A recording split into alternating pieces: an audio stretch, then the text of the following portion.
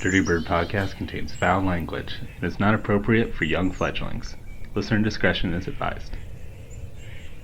Our intro music is brought to you by Ricky Pistone, aka Dick Piston. And our outro music is brought to you by the Sidewalk Slammers. Check them out wherever you get your music.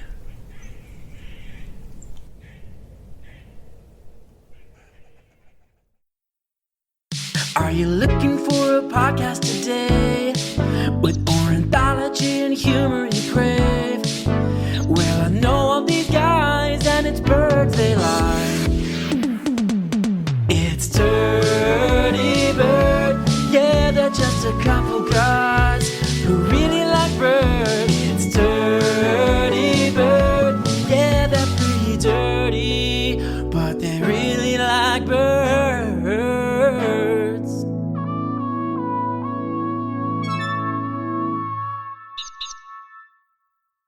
Hello, and welcome to Dirty Bird Podcast, a podcast that's serious about birds, but nothing else.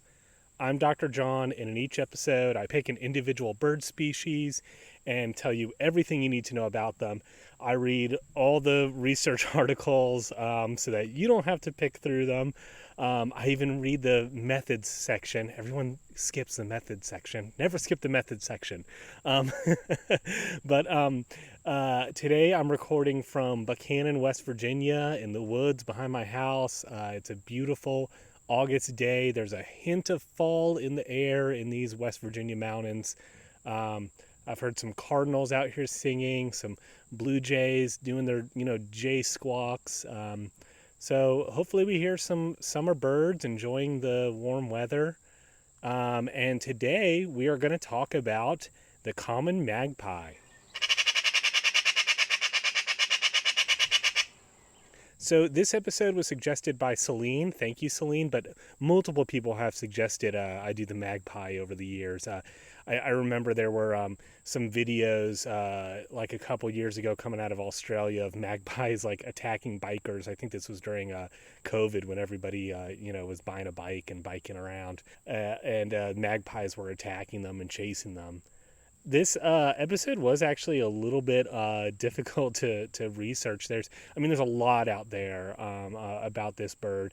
And also, since it's pretty widespread, as we'll talk about, a lot of the articles I pulled up were like in Russian or in Japanese or in Korean, and I was like having a hard time translating.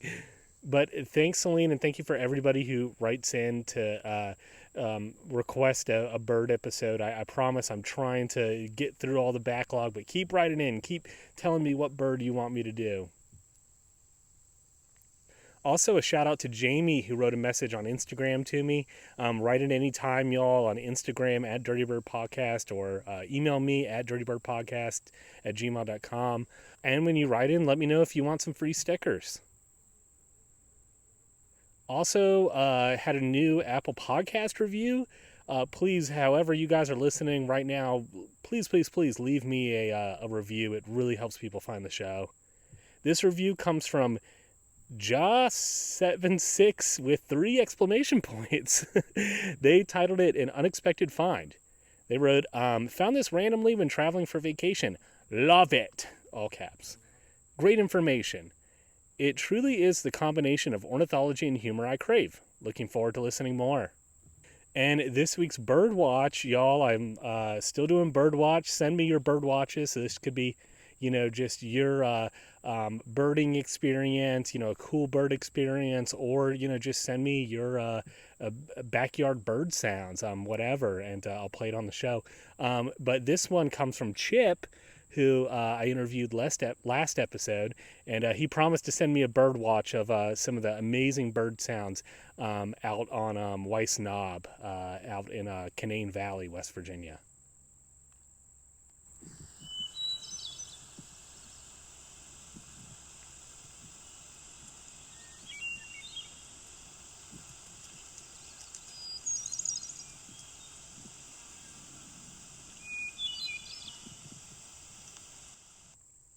So that's a hermit thrush, just sounding so ethereal and so amazing. I love those birds. And he also sent me this.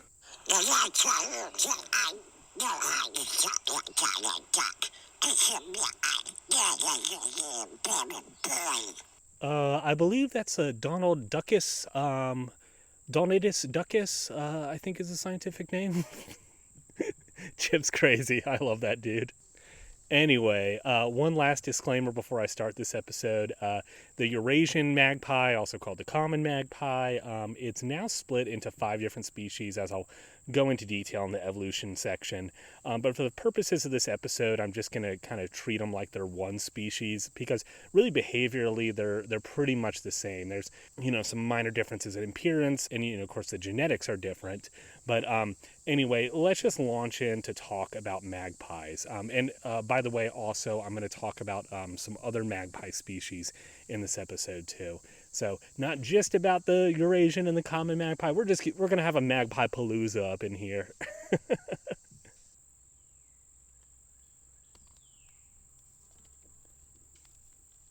Got some good bird sounds right now. There's a brown thrasher kind of doing that right above me, and then there's a northern cardinal kind of doing its alarm siren call.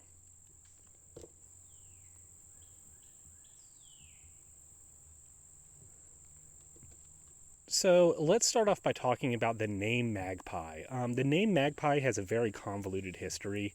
The first part, mag, is a nickname for Margaret. The British in the 15th century had a tendency to assign human names to birds. I talk about this in my robin episode.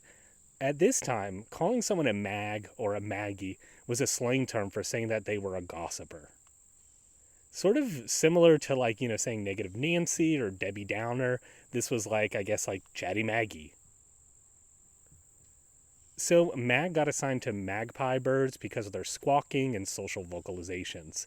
Sort of a sexist derogatory term there. The second part, pie, seems to come from aberrations of the Latin name for the magpie, pica. Pica is also the genus name for magpies. The pie may also be a bit more complicated than, just an aberration of pica, though. It might be that pie refers to, P-Y-E, pie, as this was a term for a cunning person, as in a wily pie. If that's true, then the English are basically calling the bird chatty and cunning when they called it a magpie. You may have also heard the term piebald before. This refers to a coloration seen in animals, and also in human hair too, where there's white spots against dark, usually black. Think basically of the classic white and black dairy cow. That's piebald. The term piebald comes directly from the magpie, as its white and black feathers look like the condition piebaldism. The common magpie's scientific name is Pica pica, so not much to unpack there, just the Latin name for the bird. And like I said, common magpie is also referred to as the Eurasian magpie. I'll quickly talk about the scientific names and the common names for the 5 full species of the common magpie. So we got the Maghreb magpie. Maghreb refers to the northern region of Africa, including Morocco, Algeria, Tunisia, where this bird is found. Its species name is Mauritania, which refers to the country of Mauritania in northern Africa, which, is also within this region. The Asir magpie's name comes from the Asir Highlands of Saudi Arabia, where this is the only area that this endangered magpie species is found in. Its genus species name, also refers to this, Pica asirensis. Then we got the Oriental magpie. This actually has a pretty cool species name, Syrica. This means land of the silk in ancient Greek and likely refers to northern China, the only place that silk came from in the ancient world. And finally, we have the uninspiringly named black-rumped magpie.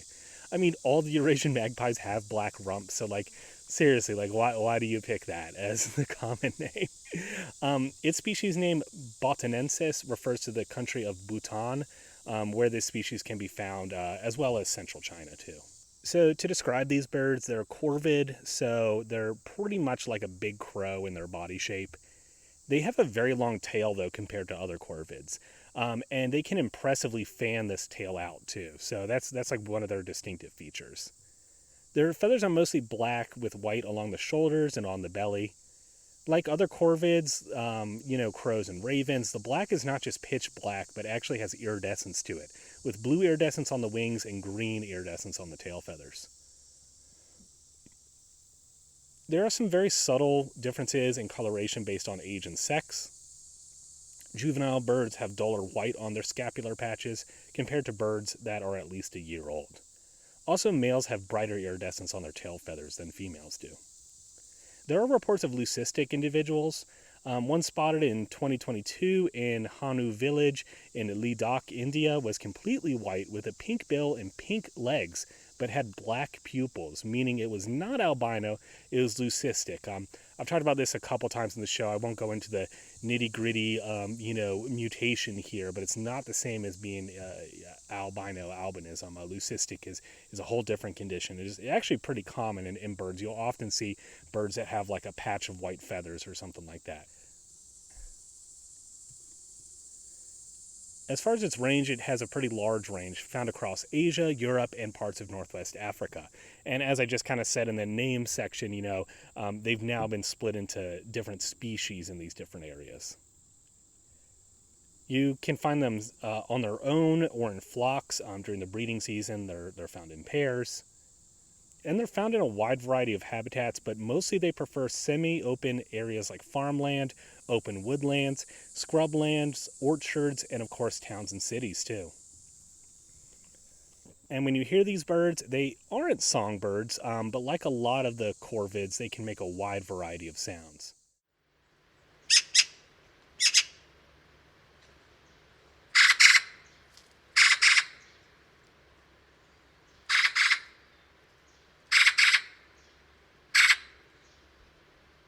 Adults do have a typical cry.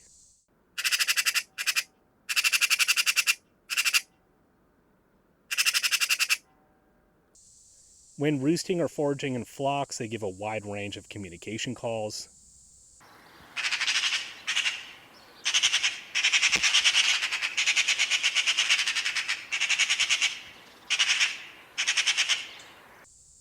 And unpaired males will sing a soft song called a whisper song in order to attract females.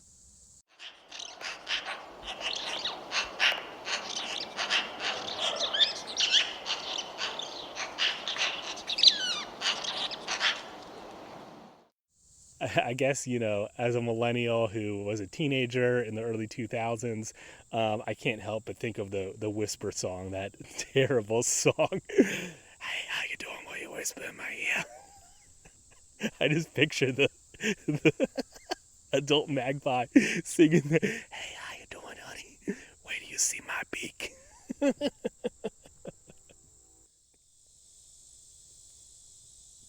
Before I go into their breeding and feeding, I just right off the bat want to talk about these birds' intelligence. Also, some of their cool bird brains will come up in their breeding and feeding too, but right off the bat, I want to talk about how smart these birds are. They're a naturally curious bird that likes to explore its environment. They've been known to collect and hoard objects, including shiny objects, but the myth that they habitually steal shiny objects, such as depicted in Rossini's opera The Thieving Magpie, is just that. It's a myth. A study done at the University of Exeter in 2014 found magpies actually appeared terrified of novel shiny objects that were introduced to them, compared to objects that were painted with a more matte finish.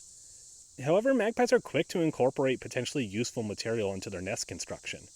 In 2023 in Antwerp, Belgium, a magpie nest was discovered that contained over 1,500 metal spikes. These spikes were collected from statues and buildings, where they had been placed by humans to prevent birds from landing and nesting.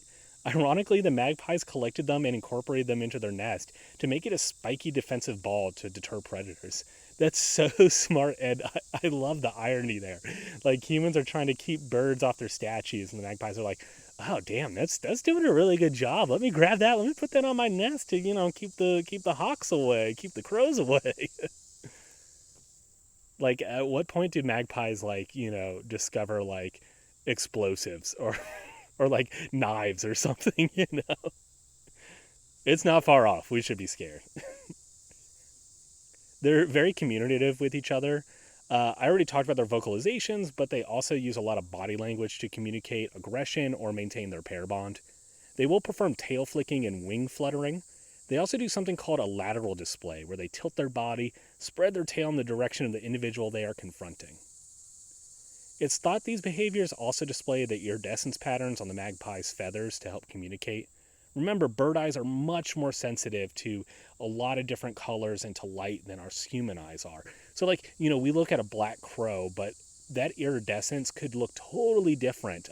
They're probably like rainbow birds compared to what we see. The birds are probably seeing just a huge spectrum of color that we can't appreciate. And I talk about bird eyes a lot on the show too. I think, my bird bods episode, I think I talk about it in my my oil bird for sure. And then I think I talk about the color perception in maybe my peregrine falcon episode.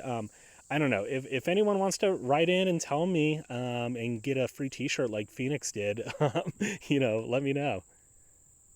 Magpies have been taught to mimic human speech.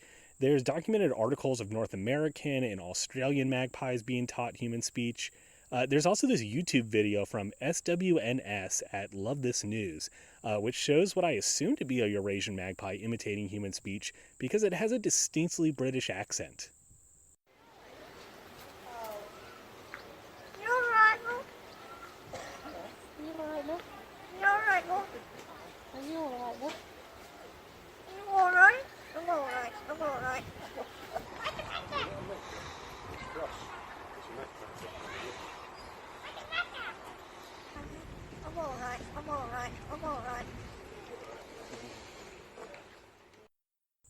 You're right, love. You're right, love. Oh God, that magpie has a better British accent than I can imitate. Wouldn't it be funny though if it was like a little bit more Cockney, like like you're getting robbed in like a London back alley, like, oh, empty your pockets, sir, empty your pockets, or maybe it's a more posh magpie. Oh, would you like a spot of tea? Or what about like the eccentric English professor? God, I hope nobody from England listens to this show because they probably just deleted their whole Spotify or Apple Podcast app. Magpies are the moving on. Magpies are the only no, I won't. Magpies are the only non-mammals to pass the mirror test. This is a test of self-recognition only passed by a few mammalian species such as apes, dolphins, and elephants. It involves placing a mark on the animal, putting it in front of a mirror, and seeing if the animal is able to realize that their reflection actually represents themselves, and then they'll try to remove the mark. Animals that try to remove the mark after seeing this reflection may have an internal sense of self and individualism, similar to us humans. So, magpies pass this test, so they might see themselves as individuals. Like, that's Gary from Yorkshire. All right, I promise that's it. That's it, guys, I promise. Magpie brains reflect their intelligence. Their nidopallium, a structure akin to the prefrontal cortex of humans, this prefrontal cortex, it's involved in planning and working memory, and so the nidopallium is too. It's highly developed compared to other birds and has a similar ratio of nidopallium to total brain size as chimpanzees do, meaning that magpies are possibly just as smart as the great apes are. Magpies may also mourn their dead. There have been multiple observations of magpies surrounding a dead individual and circling it, stalking around the dead body, and giving calls. It's been theorized that this may be a form of grieving the dead and would also be an indication of animal emotion. Finally, and this is not the Eurasian magpie, but the Australasian magpie, has been observed in captivity fashioning tools that it uses to reach food items or to clean its enclosure. Tool use has not been observed in the wild with magpies. We saw a similar thing with my blue jay episode, where in captivity conditions they've been shown to use tools, but never been observed to in the wild. I think it's only Caledonian crows that have been observed like actually making tools.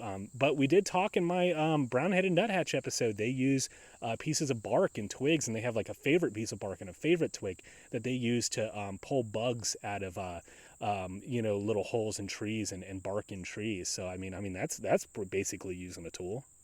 So let's launch into talking about their feeding. Magpies are omnivores, but mainly they're a scavenger and a predator. They will eat large insects like beetles and snails, and also animals like small mammals, lizards, and frogs. They will feed on carcasses of larger dead animals, often dead as roadkill. And they will also eat seeds and other plant matter too. They're very adept nest predators, stealing both eggs and nestlings. Like, similar to crows, a magpie is a songbird's worst nightmare, and they're what they, try to defend their nests against. Some bird species will defend their nest by attacking or mobbing the intruding nest predator. This may be just one or two predators doing it, or an entire group, like a band of jays all mobbing a crow. Red-breasted shrikes, while fierce little birds that will mob even humans that get too close to their nests, apparently won't mob Eurasian magpies. Instead, the parents will just hide in the brush, maybe giving a few alarm calls. Other birds like house sparrows and linnets show similar behavior towards magpies. This isn't from the shrikes being afraid of the magpies. Remember, I just said that they attack humans. Rather, the shrikes, house sparrows, and linnets they're smart. They know that the magpies are just expert nest predators. And so instead of trying to mob them, they do everything they can to try to conceal their nest. If they make a big fuss and mob the magpie, maybe they'll drive it off, but they also increase the chance that the magpie will be able to figure out where their nest is and come back to rob it later. In experiments using kestrel and magpie dummies, researchers have found that shrikes won't even mob a kestrel near their nest if they think a magpie might be watching. That's how much of a boogeyman the magpies are.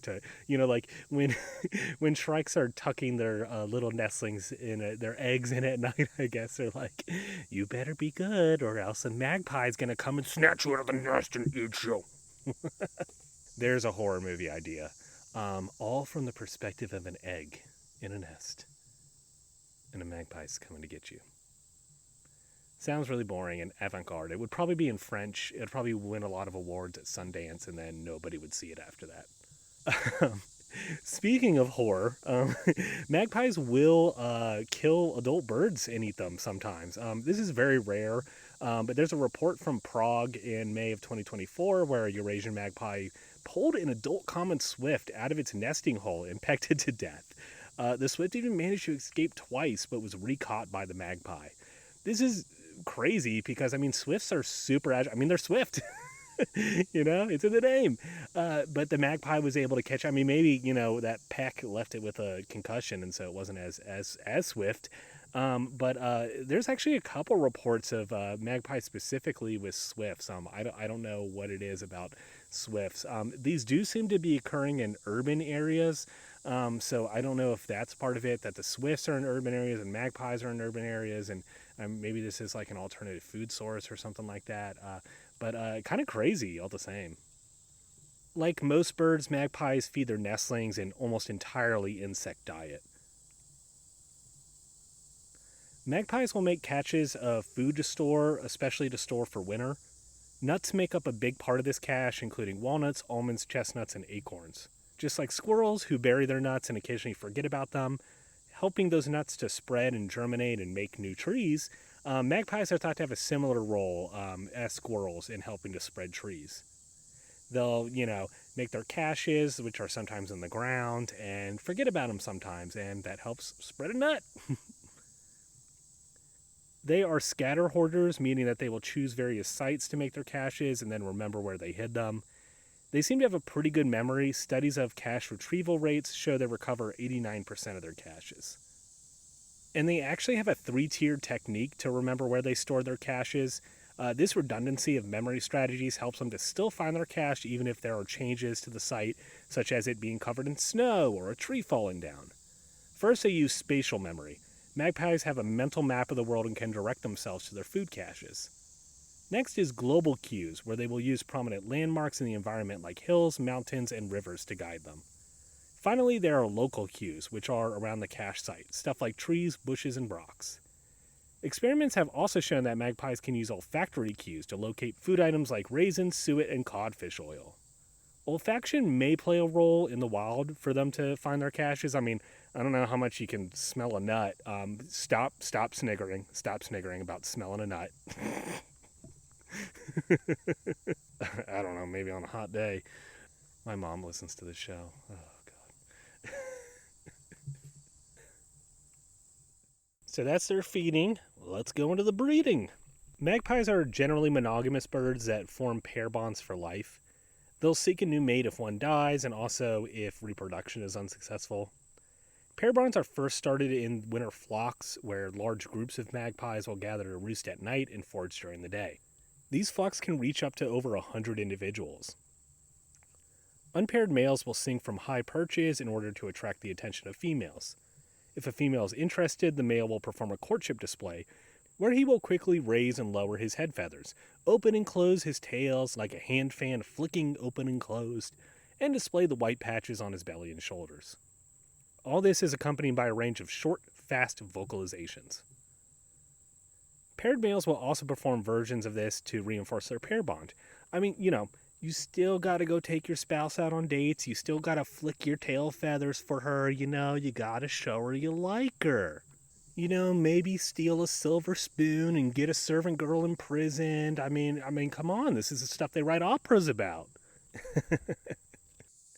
They build a new nest every year, usually in the forks of tree branches, and they will also use human structures like electrical towers to build their nests in. Timing of their breeding varies by region, starting earlier in more southerly areas. They start their nest building and egg laying as early as February. Their nest is a dome, nearly spherical shape, made of interlaced sticks. Sometimes it's a cup shape with the top open, and sometimes it's a big ball of sticks with an opening in the side that has a protected roof over it. I just heard a big stick crack and kind of stood up and twirled around.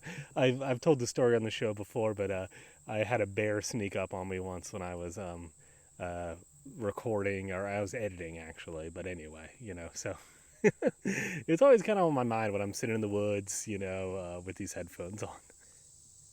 Inside that kind of messy looking stick frame though, they work a bowl of mud and line it with roots, hair, and grass.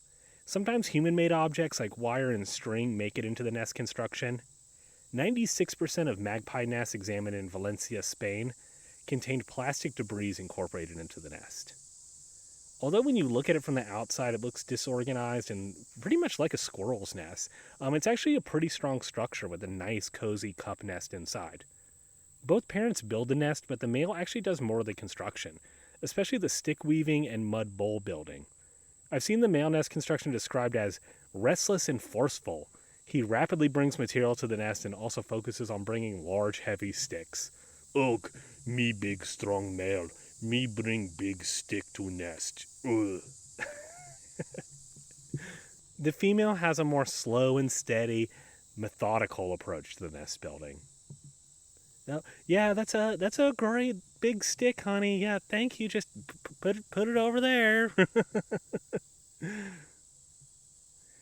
To form their nice dome shape of the nest, magpies will spread their wings inside the nest to press down on the layers of mud and sticks, and also kick the sides of the nest rapidly to compact the mud. The nest takes about 2 weeks to build. Once the nest is complete, it's time to mate and start filling it with babies. The female will signal the male by shivering her wings.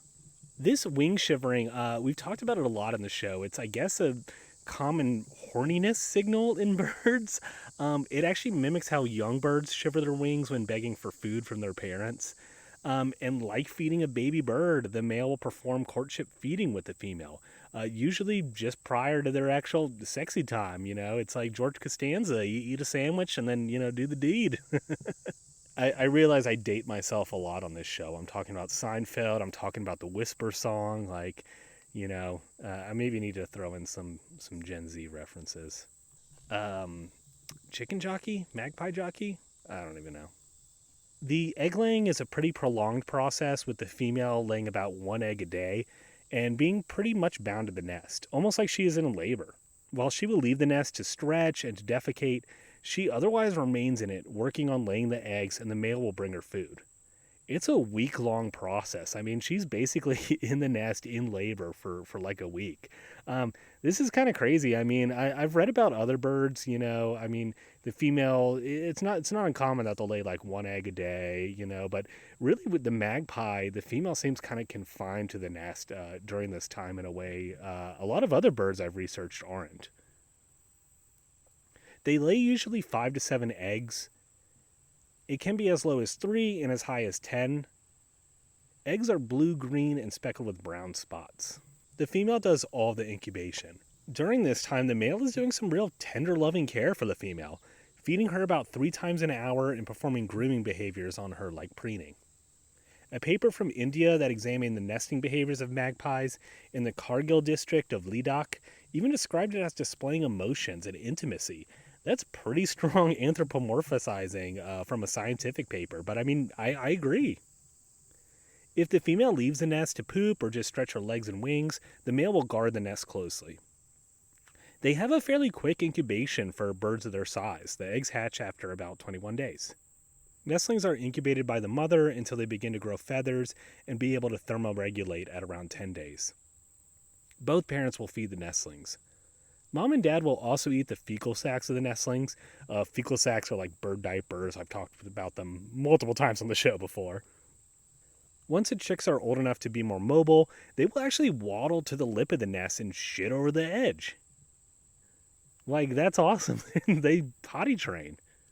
They take about a month to fledge and leave the nest. Usually only 3 to 4 chicks make it to the fledgling stage. Some are lost to predators, but the main culprit is starvation. The magpie nest is a very competitive place, and stronger chicks will outcompete the weaker ones for food. Some intense sibling rivalry happens.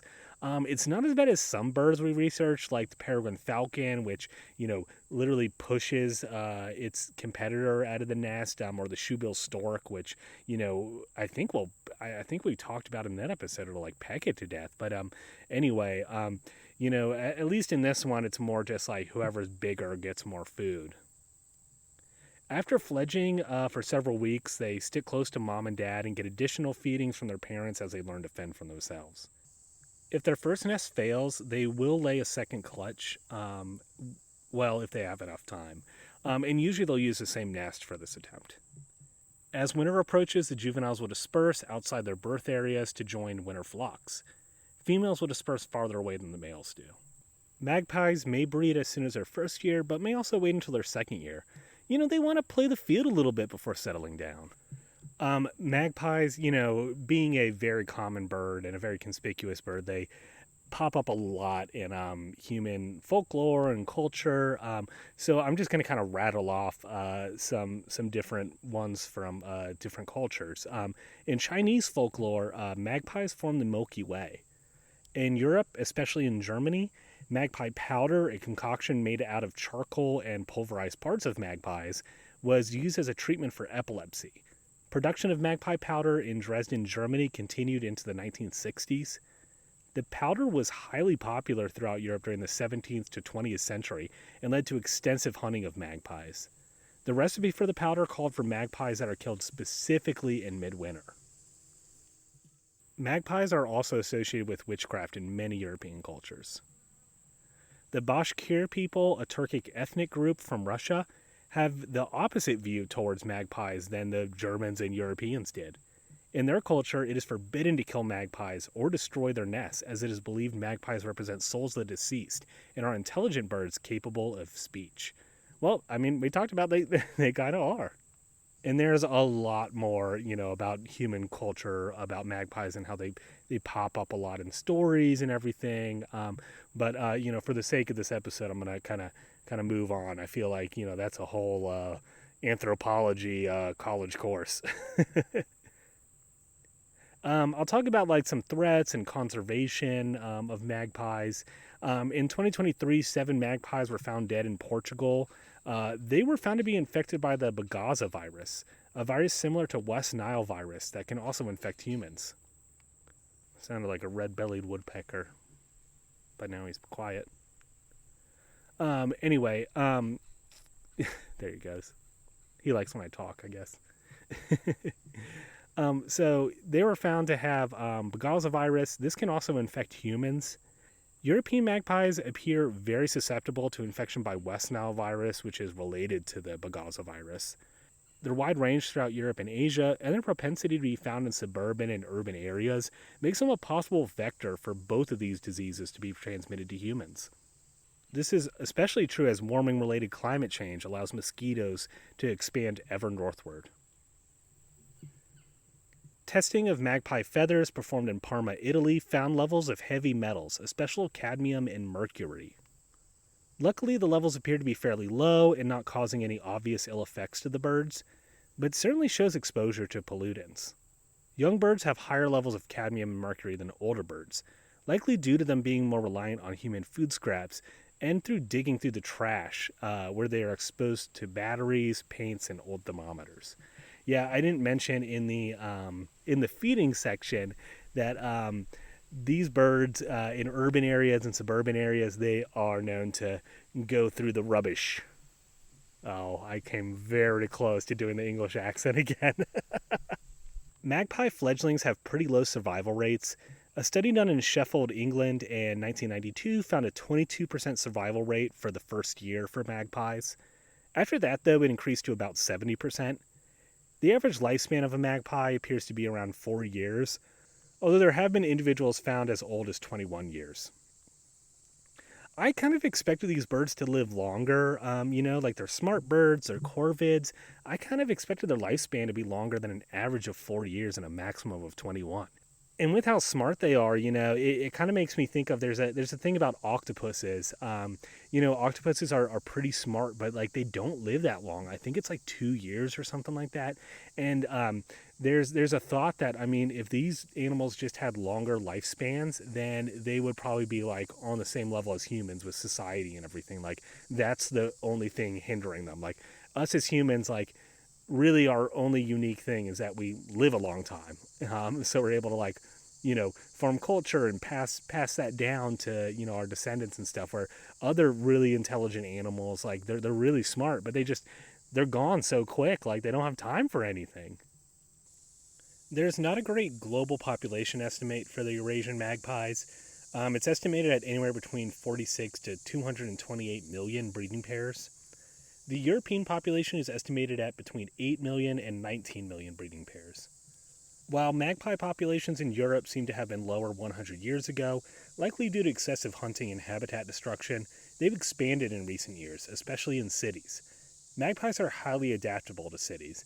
In fact, they seem to prefer cities to the suburbs, and studies in European cities have found concentrations of magpies up to 40 pairs per square kilometer in urban areas, while the suburbs are much less densely populated.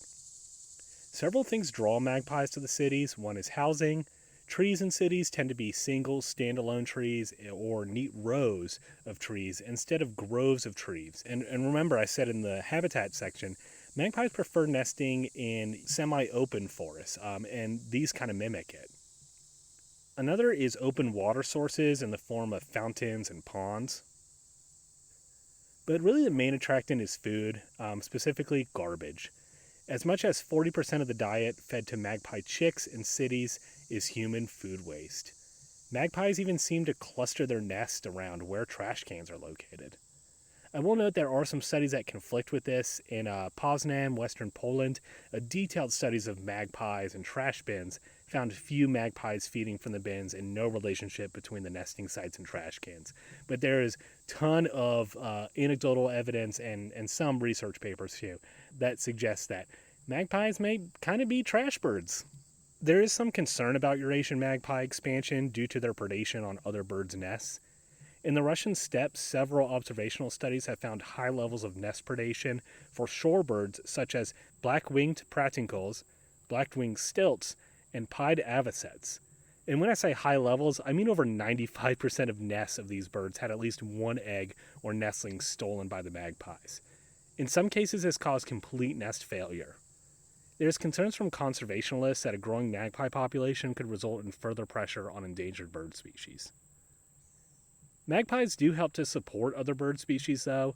A study conducted on breeding scope owls in southern Italy between 2016 and 2017 found them exclusively using abandoned magpie nests to breed. The habitat did not have trees large enough to provide for the usual nesting cavities for the scope owls, so really these magpie nests were the only way for them to nest in this habitat. A wide variety of birds from falcons, ducks, and sparrows reuse abandoned magpie nests for their own nesting.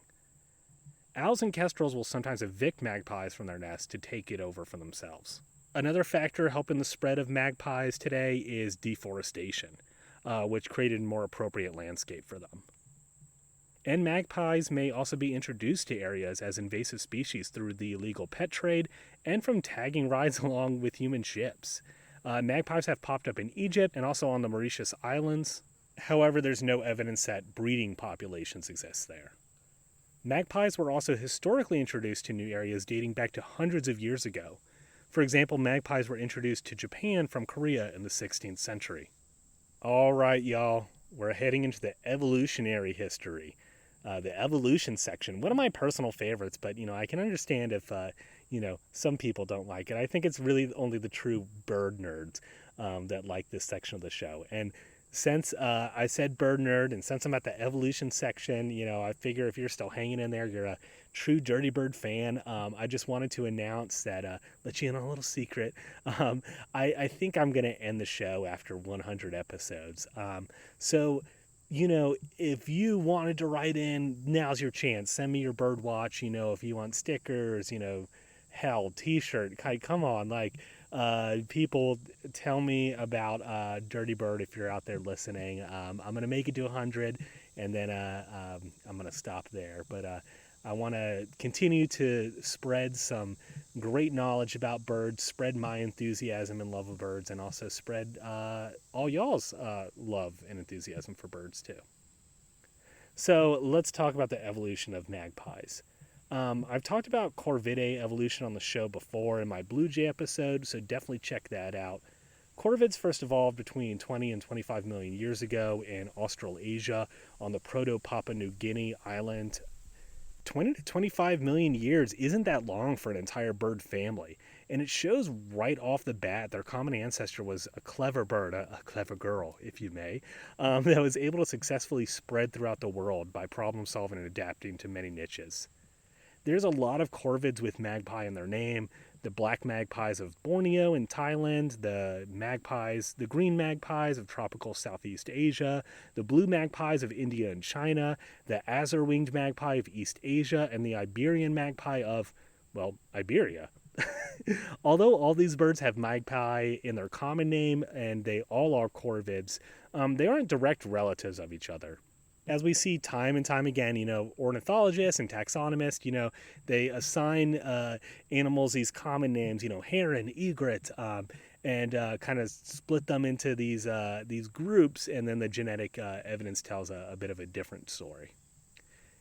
Our magpies, remember, their genus is Pica, and that Pica genus of magpies includes two American magpies, the black-billed and the yellow-billed magpies.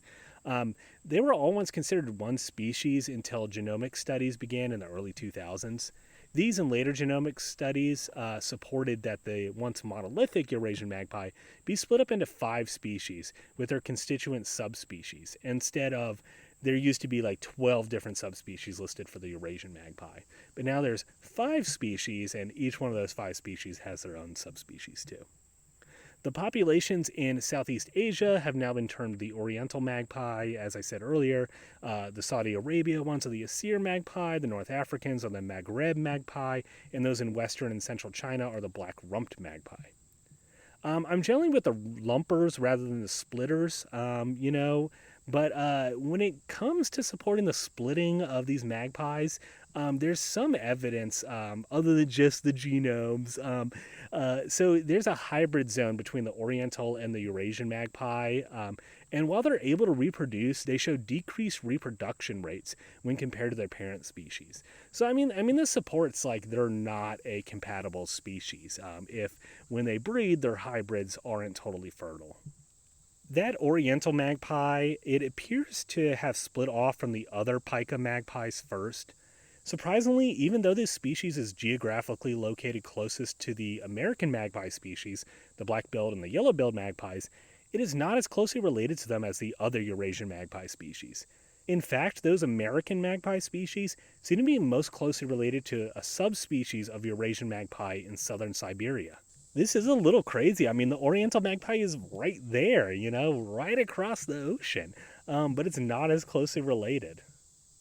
Genetic evidence suggests only one colonization event occurred to the Americas to produce the 2 American magpie species. It appears this colonization event happened around 2.2 million years ago across the Bering Land Bridge.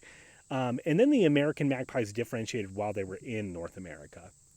This is also when magpies start popping up in the fossil record, with a black-billed magpie fossil dating from around 1 to 2 million years ago being found in Randolph County, Texas. It's really interesting how this happened, because the ancestor species would have had to pass through territory currently occupied by oriental magpies. Maybe these oriental magpies were just, mean. They were resistant to invaders trying to take their ecological niche. And so, the proto-Siberian, magpie just had to keep flying. And it was like, shit, I guess I'll fly over this Bering Land Bridge. Shit, I guess I'll, go into a whole new country. Those oriental magpies, they're real dicks. There will likely be another species of pika magpie added in the near future. A paper published from 2024, just within the past year, argued that a population of Eurasian magpies on the Kamchatka Peninsula of Russia — this is a very unique volcanic landscape, it sits just north of Japan, and the magpies there were genetically distinct enough to be considered their own species, according to this paper. It appears to be the most recent magpie subspecies, with Bayesian mitochondrial analysis suggesting it evolved within the past 35,000 years, likely colonizing the area as glaciers retreated. I would love to be a fly on the wall at that ornithology convention where they eventually debated out whether this magpie should be a species. I wonder if, it's split, like on one side of the table are the splitters and on the other are the lumpers, and they're each, arguing their case. Maybe they're throwing things at each other. It's probably not that intense. Maybe they arm wrestle. Yeah. Now, remember I said the oriental magpie formed first in the pika family? This suggests the pika genus first formed in Southeast Asia. One Zoom Tree of Life has the common magpie splitting off at around 3 million years ago. Note that One Zoom, though it only has one species of common magpie, it doesn't split them into their 5 species, so a little bit behind the times. Come on, One Zoom. An article from just a month ago, published in July of 2025 by a guy named Kryukov out of Russia, has molecular dating that supports major divergence within the pika family starting at between 1 million and 100,000 years ago. This doesn't really make sense to me, because remember, the North American pika species start popping up in the fossil record between 1 to 2 million years ago, and they aren't as closely related to the oriental magpie as they are to the other magpie species. So, obviously by 1 million years ago, divergence was well on its way in this genus. But whatever. Still, on an evolutionary timescale, the pika magpie genus has been rapidly diverging. 1 to 2 million years is a blink of an eye on a paleogeological scale. Large, grazing mammals were likely instrumental to magpies' evolution and spread. Their relatively long tail and body size ratio may have been for balancing on the backs of large mammals as they grazed, and then swooped down to pluck insects that were stirred up. Also, the grazing mammals chomp down on young trees and maintain that open forest habitat that magpies prefer. And finally, when they would die, that's carrion that, magpies like to eat. And remember how I talked earlier about vagrant magpies popping up in new places by hitchhiking on ships?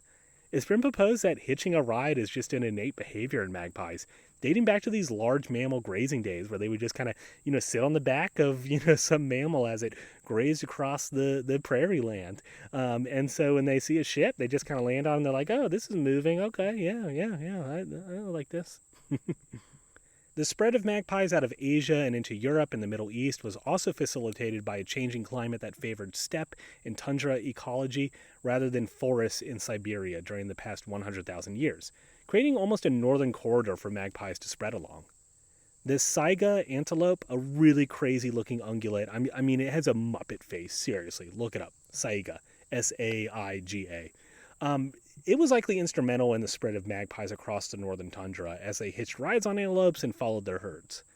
Magpies also likely had a southern route to spread into Arabia and northern Africa.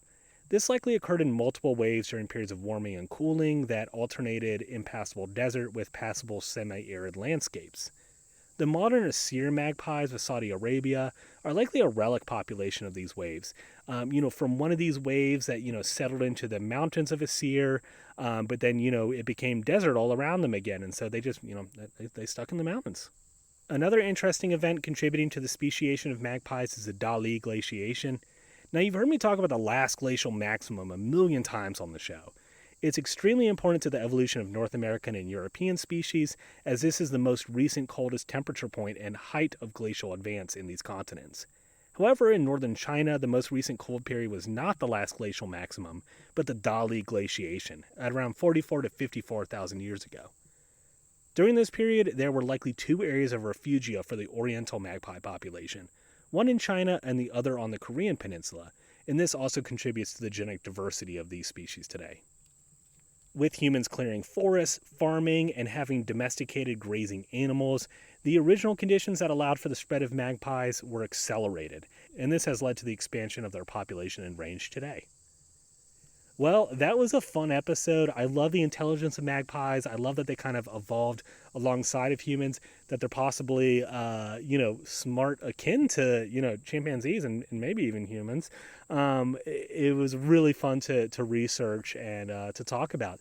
And it was nice sitting out here in the woods of Buckhannon, listening to the tree grasshoppers, listening to some birds, getting bit by mosquitoes. And I'm dirty. I'm covered in seeds and mud and all kinds of stuff from walking up here. But, dear listener, you stay dirty, my fellow birdie. Dirty Bird Podcast is brought to you by me, John, with my rotating panel of guests and co-hosts. Thanks for being on the show, everybody. The Dirty Bird theme song is by Ricky Pistone. Check out his groovy and hilarious music videos on YouTube.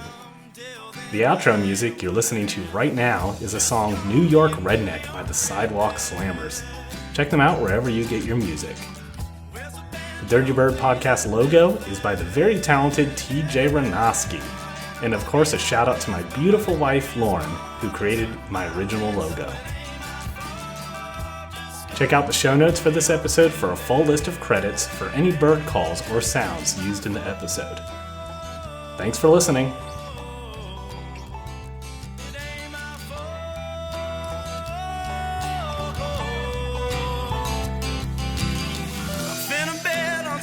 At the track, driving to Brooklyn, ain't never coming back. Tim's on the ground in the concrete jungle. I might get into a little rumble. Ain't nothing but a high-tailing man, bred on the farm, so I work with my hands. Just call me a New York redneck. Where's the banjo? Play that Bella Flag. And I might be high class, but my liquor is more than took my land, so it ain't my fault. Just call me a New York redneck. Ain't my fault. It ain't my fault. Yeah, it ain't my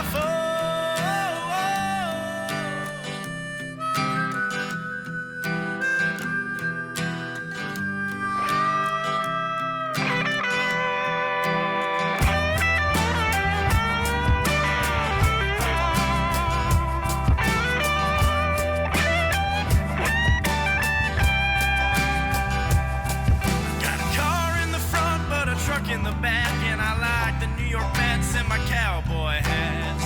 My drink,